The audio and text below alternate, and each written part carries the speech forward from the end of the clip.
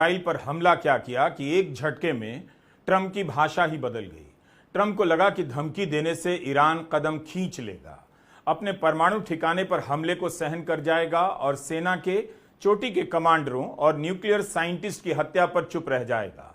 CNN ने report किया है कि ईरान के हमले को देखते हुए इसराइल के प्रधानमंत्री नेतन्याहू और रक्षा मंत्री कात्ज बंकर में चले गए हैं।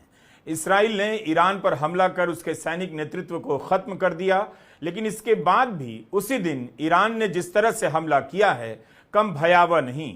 भले ही ईरान की वायुसेना मजबूत नहीं मानी जाती है, लेकिन ईरान ने अपने इरादों से इसराइल को डरा तो दिया ही होगा। ईरानी मीडिया में दावा किया जा रहा है कि इसराइल के 2 लड़ाकू F-35 विमान मार गिराए गए हैं और एक महिला पायलट को भी हिरासत में लिया गया है। देखना होगा कि इस खबर की सच्चाई इस लड़ाई को कैसे प्रभावित करती है। इसराइल ने इन खबरों को नकार दिया है। ईरान के साथ इस इलाके में कोई नजर नहीं आता, लेकिन इसराइल के साथ दुनिया की सारी शक्तियां खड़ी हैं। खुद ट्रंप ने कहा है कि दुनिया में सबसे खतरनाक हथियार अमेरिका बनाता है और इसराइल के पास उसके काफी सारे हथियार हैं, चलाना भी जानता है। ईरान भी यही कहता है कि इसराइल अपने दम पर नहीं, अमेरिका के दम पर खड़ा है। ईरान के सामने उसके भविष्य का सवाल है। वह बचेगा तो क्या इसराइल का गुलाम बनने के लिए, या मिटेगा तो अपनी आजादी की रक्षा के लिए।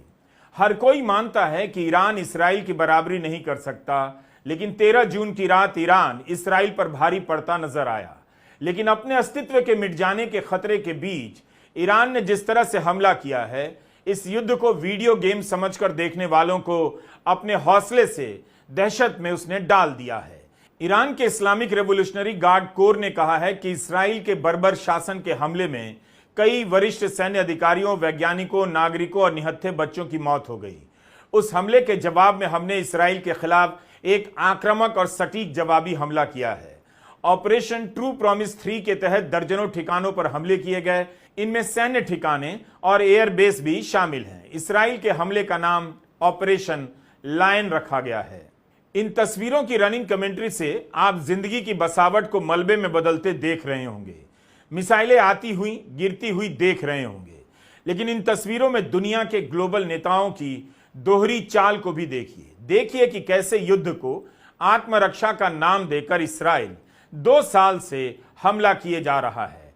ईरान ने इसराइल की रक्षा कवच को इस बार भी भेद दिया। इस पर बात हो सकती है कि क्या ईरान लंबे समय के लिए इसराइल पर हमला कर सकेगा, लेकिन अपने चोटी के कमांडरों की हत्या के बाद